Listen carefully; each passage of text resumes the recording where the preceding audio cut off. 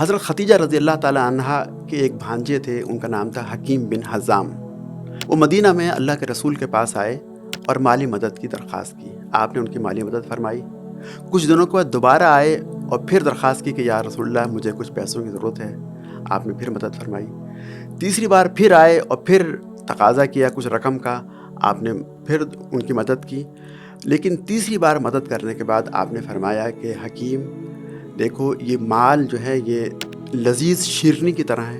جو شخص اسے دنیا میں لالچ کے ساتھ حاصل کرتا ہے اس کا پیٹ کبھی نہیں بھرتا، اور جو بے نیازی کے ساتھ اسے لیتا ہے اللہ تعالیٰ اسے دنیا سے بے نیاز کر دیتا ہے۔ ایک اور موقع پر آپ نے یہ فرمایا کہ دینے والا ہاتھ لینے والے ہاتھ سے بہتر ہے۔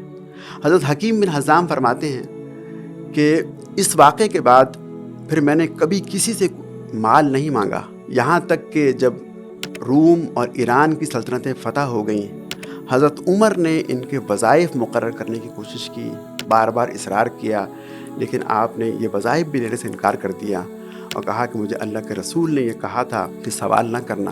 حالانکہ وہ انہیں بغیر سوال کے مل رہے تھے، لیکن اتنا محتاط ہو گئے کہ پھر آپ نے کسی کو مدد نہیں لی، اور اللہ تعالیٰ نے ان کو غنی بھی کیا اور بے نیاز بھی کیا۔ آج کل کے معاشرے میں ہم دیکھتے ہیں کہ ہر شخص جو ہے وہ حالات کا رونا رو کر تقاضا کرتا ہے، اور بہت سے لوگ تو جو ہے وہ مدد ملنے کے بعد سست ہو جاتے ہیں، بلکہ وہ اسی کام کو بہتر سمجھتے ہیں کہ لوگوں سے مانگ لیا جائے بجائے محنت کرنے کے۔ تو اس ہمیں سبق یہ ملتا ہے کہ انسان ہاتھ نہ پھیلائے اور محنت کے بل پر خود اپنے ہاتھ سے کما کر رزق حاصل کرنے کی کوشش کرے۔